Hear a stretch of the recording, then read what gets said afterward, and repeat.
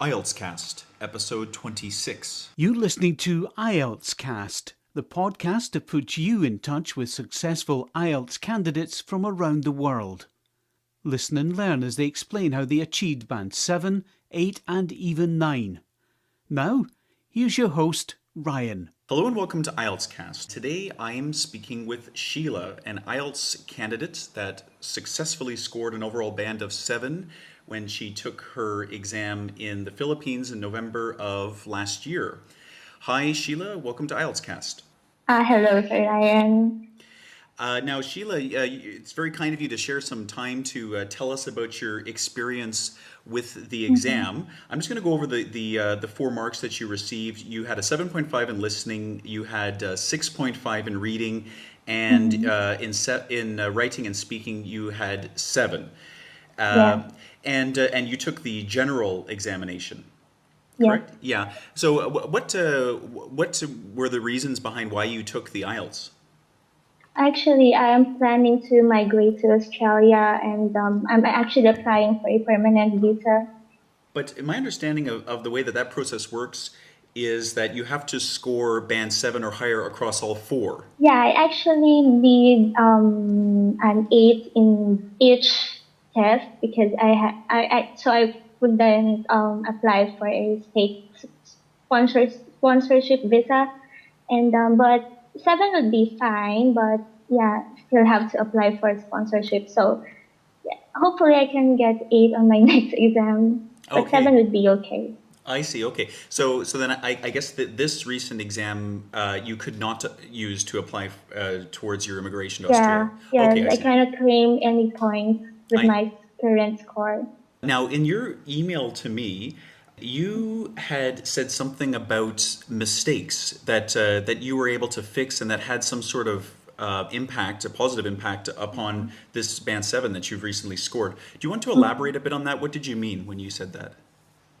Actually, when I was and I had an idea about the IELTS, I thought at first that it would be easier for me because I was studying English since I was in grade school, and but then I relied too much on myself and I didn't practice that much. So yeah, so when I get to the exam, I had just like a 1 week preparation, but I didn't really focus on the rules and yeah, with the rules that I've been getting and the tips that I've been getting from your side as well and from the others. I really didn't focus on that much and didn't practice that much as well. So that's why when I took the exam, especially in writing and in speaking, I really regret it because I've encountered while I'm scanning the previous topics, it was like very similar to what I've had during my actual exam, and I really regret it because I didn't try to practice much. I see. So then part of your study strategy now is to keep up with the current topics on the exam. Is that kind of part of what's going on there? Yes, my study plan now is I'm actually compiling and it's the part of my study plan would be your tips and strategies, especially those on YouTube. And also, I've had this Cambridge 1 to 9.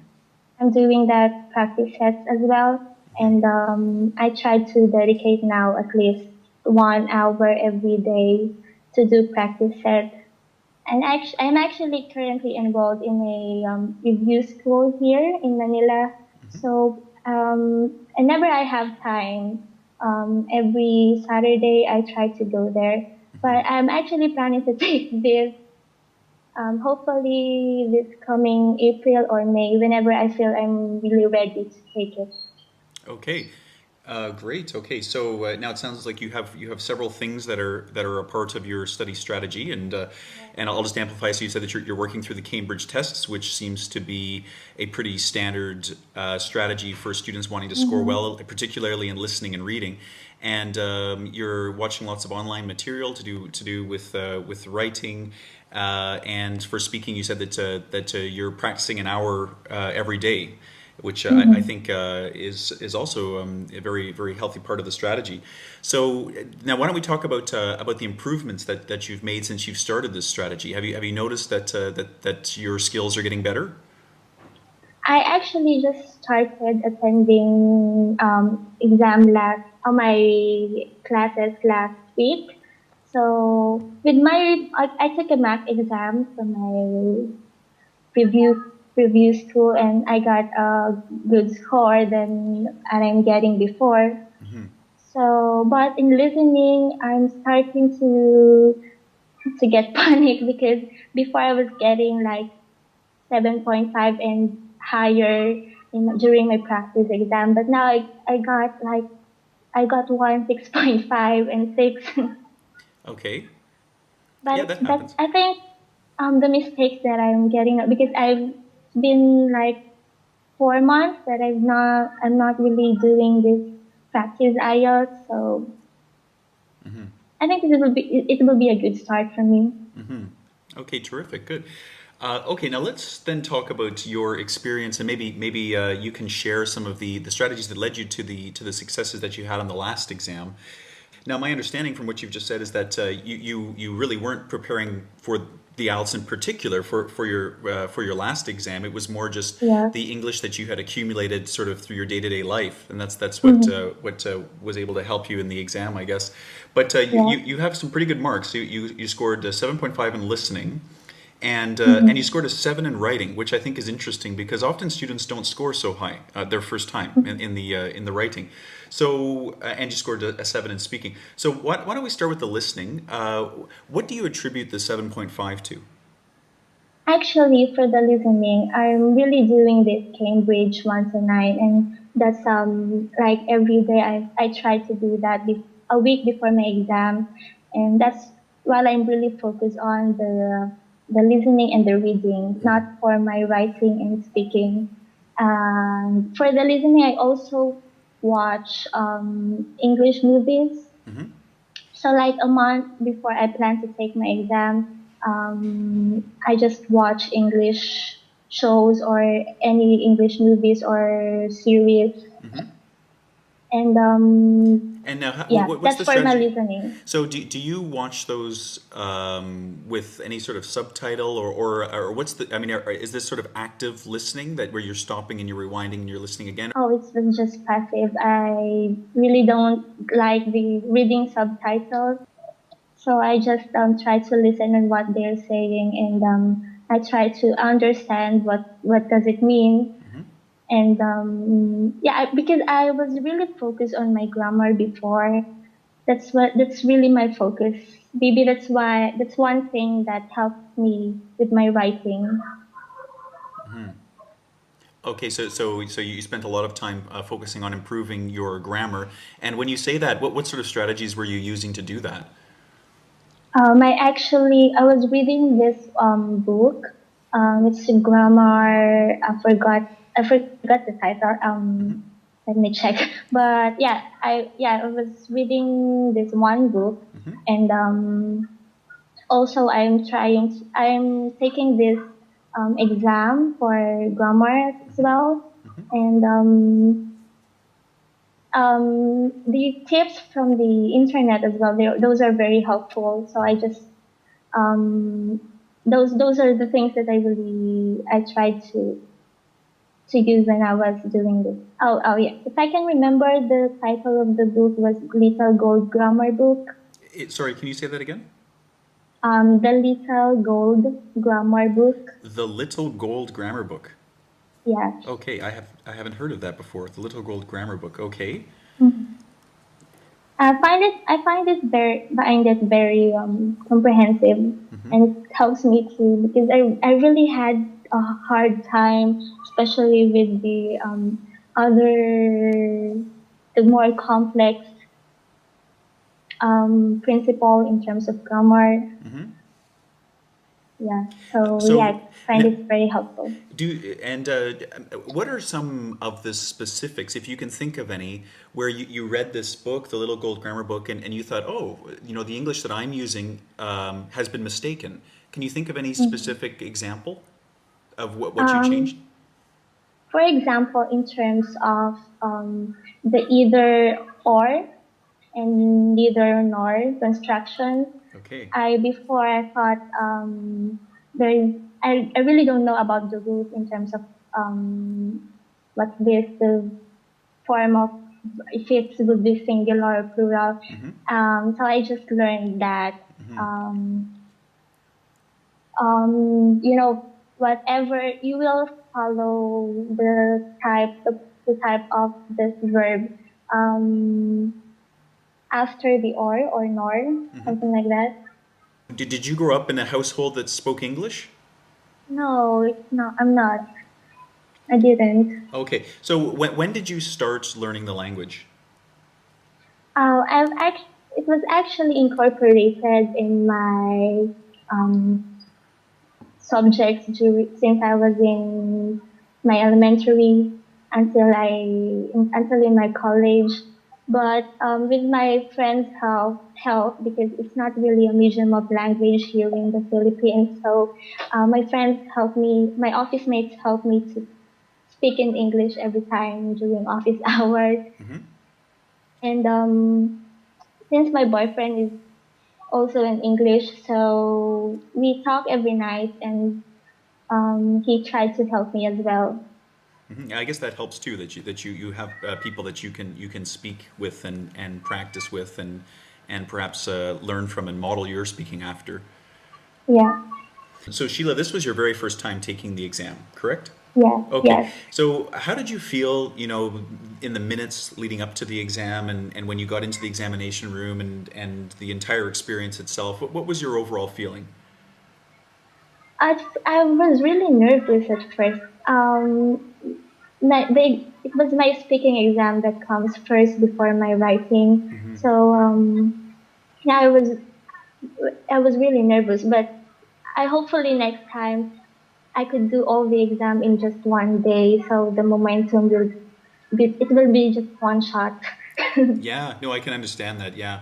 Yeah, And so you got into the examination room. Where was the examiner from, the speaking examiner?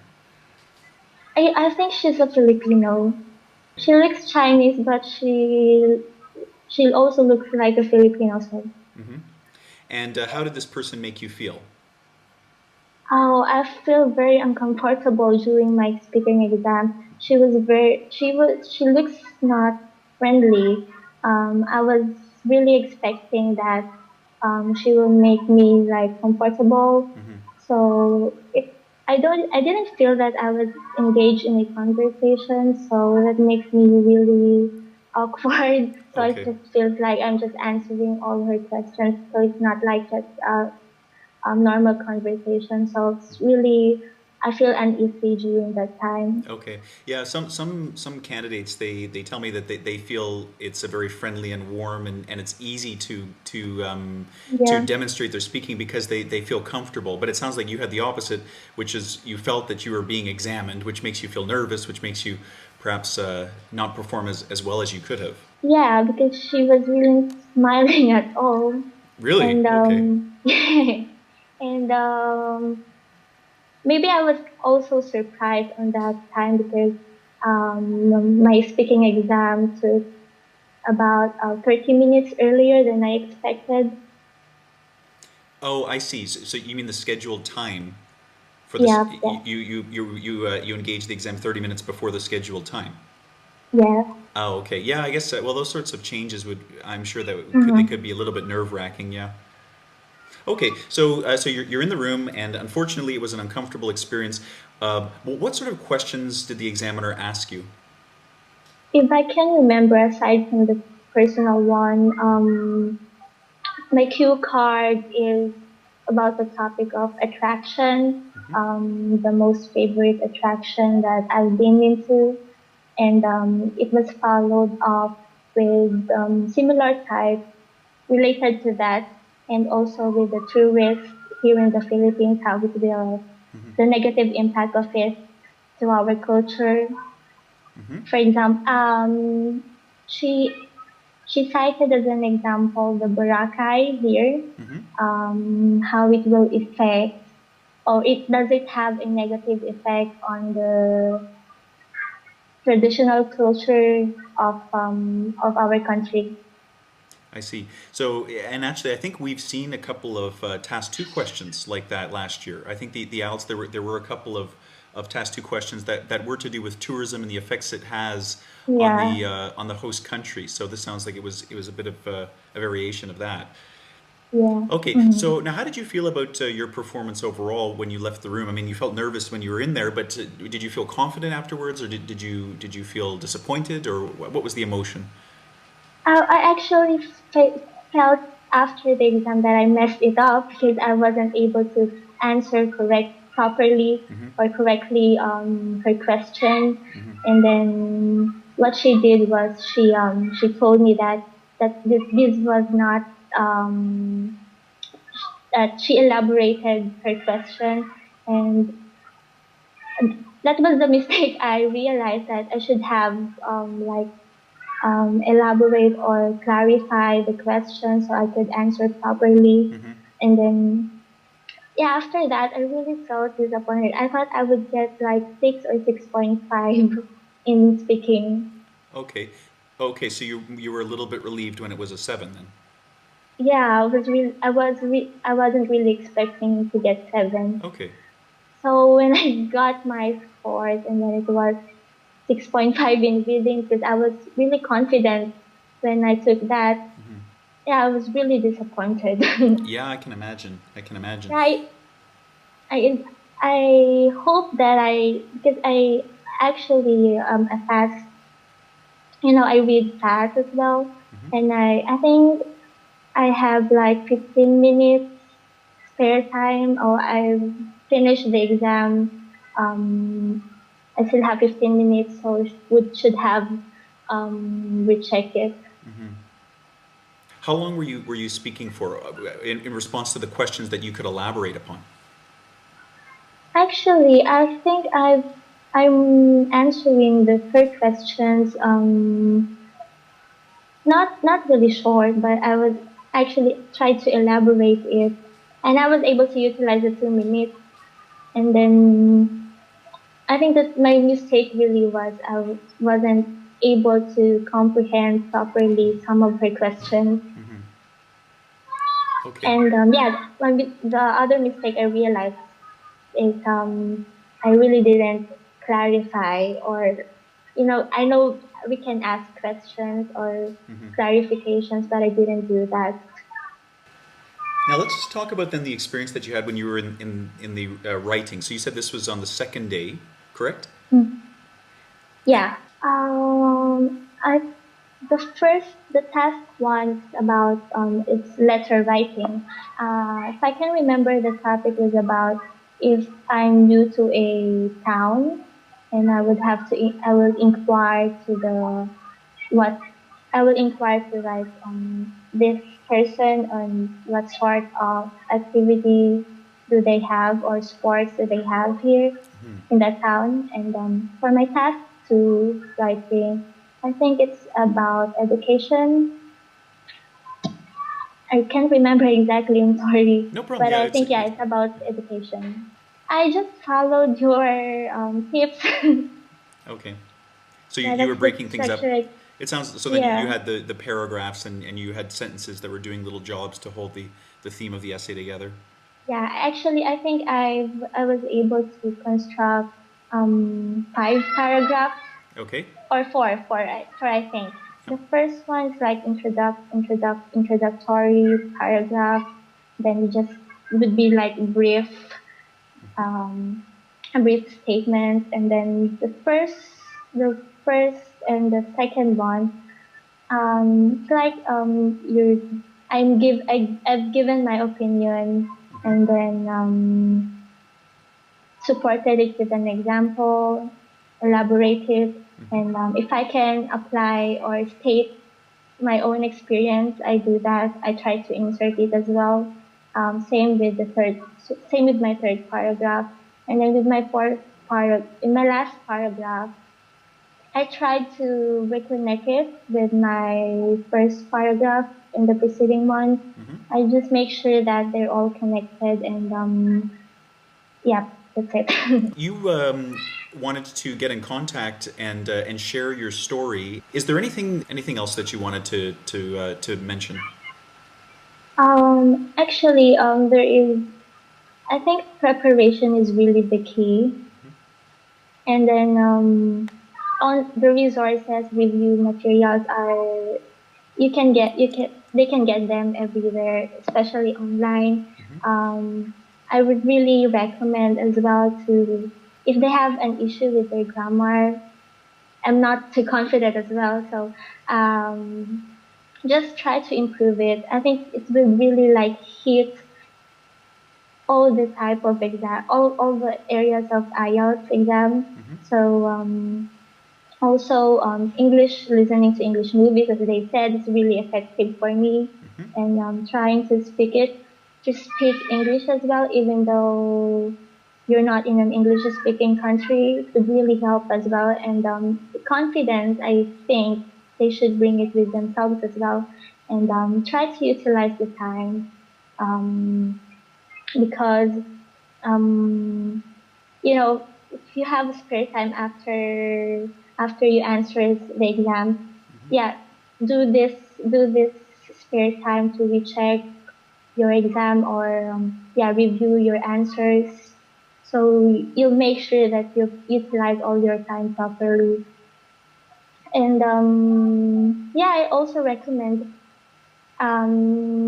your website. I would really focus on that. And for IELTS Simon, these are the two websites that I use as well.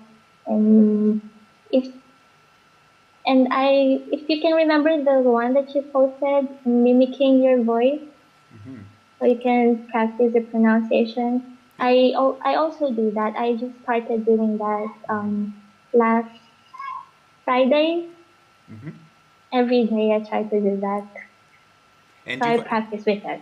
do you find that exercise helpful? That's good feedback for me actually. Yeah, Is it yes, okay? Great. because I actually like I was able to get tips like if you will be asked something, don't just cite for an example or an answer. You also cite like an alternative for that, something like that. So it will make your statement more complex. So you can maybe I can impress my examiner. What do you think is the greatest challenge for a person from the Philippines taking the IELTS? Maybe because I'm working. I really don't have much time because my travel time is really taking me too long. When I get home, I'm already tired, and yeah, I think time is one of the problems. And then for the others, I'm not sure that they are aware of the online resources that they can benefit, so they just involve themselves to their resources are limited because my experience with my review class, my classmates are not aware of the online resources like your site, your website. So every time I try to mention it to them, yeah, they are amazed. Okay, yeah, there are lots of really good resources Yes, online. Yeah, yes. but sometimes you're right. I mean, the problem is just that people aren't aware of them, or perhaps they don't have access to them. So, I mean, the Mm-hmm. case, I don't know what the case is like in the Philippines, but when I was in China, so YouTube is blocked, so that's an issue. So, Mm, yeah, but I know what you mean. It's good that people like you are willing to take the time to share their experience and to help other people find the resources they need to be successful on the examination. mm. Sheila, I want to thank you very much for taking the time to share your story with us today. Thank you also, Sir Ryan. Thank you for downloading from IELTS.com. Have you achieved an overall band of 7 or higher on the IELTS exam? Why not contribute to the podcast? Contact Ryan at his blog, IELTS.com,